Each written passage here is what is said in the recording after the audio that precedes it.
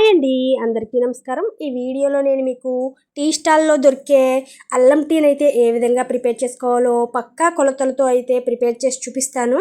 ఈ టీ అయితే చాలా మంచి టేస్ట్ అయితే వస్తుందండి. ఈ టీని ఇప్పుడు ఏ విధంగా ప్రిపేర్ చేసుకోవాలో ఈ వీడియోలో అయితే చూద్దాం. మీరు కూడా ఒక్కసారి ప్రాసెస్లో ఈ టీని అయితే ప్రిపేర్ చేసుకుని చూడండి. మీరే వావ్ అనాల్సిందే ఈ టీ తాగి. ఇప్పుడు దీనికోసం ఒక గిన్నెనైతే తీసుకోండి. ఈ గిన్నెలో ఒక గ్లాస్ వాటర్ వేసుకోండి. మీరు ఏ గ్లాస్తో వాటర్ అయితే వేసుకున్నారో అదే గ్లాస్తో అయితే పాలు వేసుకోవాలి. ఇప్పుడు వాటర్ వేసిన గిన్నెనైతే ఇలా స్టవ్ పై పెట్టి ఒక మరుగు వచ్చేంత వరకు మరిగించాలి. ఈలోపు అయితే ఒక 2 లవంగాలు తీసుకోండి, అలాగే 2 ఇలాచీ తీసుకోండి, కొద్దిగా మిరియాలు తీసుకోండి, ఓ 10 వరకు మిరియాలు తీసుకోండి. నా దగ్గర దంచిన మిరియాలు ఉంటే అవి వేసాను నేను. అలాగే కొంచెం అల్లం ముక్క తీసుకోండి. వీటన్నిటిని కూడా చక్కగా మెత్తగా దంచండి వీలైనంత వరకు. ఇలా చేత్తో దంచితే సరిపోతుందండి. ఇదిగో చూసారా, ఇలా కచ్చా బచ్చగా దంచుకుంటే సరిపోతుంది చక్కగా. వీటినైతే ఇలా దంచిన తర్వాత పక్కన పెట్టండి.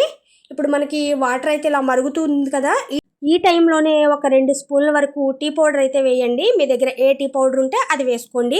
తర్వాత మనం దంచి పెట్టుకున్నటువంటి ఇలాచీ, లవంగం వీటన్నిటిని కూడా, అల్లం దంచి పెట్టుకున్నాం కదా, ఇది వేసి చక్కగా ఒక 5 నిమిషాలు అయితే మరిగించండి. మరిగించిన తర్వాత మనం పాలైతే వేసుకోవాలి. ఏ గ్లాస్తో వాటర్ తీసుకున్నామో అదే గ్లాస్తో చిక్కటి పాలను అయితే వేసుకోండి. వేసుకొని ఫస్ట్ ఒక పొంగు వచ్చేంత వరకు మరిగించండి. ఇదిగో చూసారా, ఇలా వచ్చేటప్పుడు స్టవ్ అయితే మీడియం ఫ్లేమ్ పెట్టండి. ఒక గరిటె పెట్టి ఇలా కలుపుతూ ఉండాలి చక్కగా. ఇలా ఒక 3 నిమిషాలు అయితే మరిగించండి. పాలు వేసిన తర్వాత ఇలా ఒక పొంగు వచ్చింది కదా, తర్వాత అయితే ఇలా చక్కగా మరిగించండి ఒక 3 నిమిషాలు.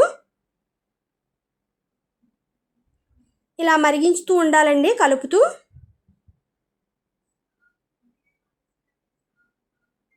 ఇందులో మనం పంచదార అయితే ఇంకా వేయలేదు, చివరిగా వేసుకోవాలి పంచదార.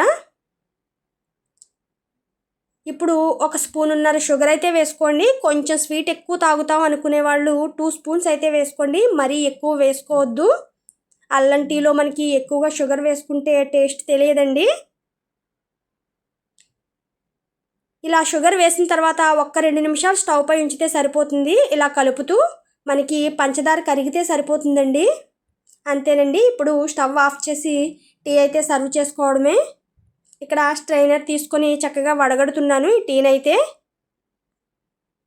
చూసారా ఎంత మంచి కలర్ వచ్చిందో. రంగు, రుచి, వాసన అన్నీ పర్ఫెక్ట్గా ఉంటాయండి ఈ టీలో. ఇప్పుడు సర్వ్ చేసుకుందాం ఈ టీనైతే. చూసారా ఎంత బాగుందో. మీరు కూడా ఒక్కసారి అయితే ఈ ప్రాసెస్లో ట్రై చేసి చూడండి. ఈ టీ తాగిన తర్వాత మీరే సూపర్ అనాలి. ఓకేనండి, ఈ వీడియోని నేను ఇంతటితో క్లోజ్ చేస్తున్నాను. ఈ రెసిపీ కనుక మీకు నచ్చినట్లయితే తప్పకుండా లైక్ చేసి, షేర్ చేసి, సబ్స్క్రైబ్ చేయండి. మీరు కూడా వచ్చిన అతిథులకి ఎవరికైనా సరే ఈ టీని అయితే ఒక్కసారి పెట్టి ఇవ్వండి. మరొక కప్పు అడగాల్సిందే, అంత బాగుంటుంది. ఓకేనండి, బాయ్.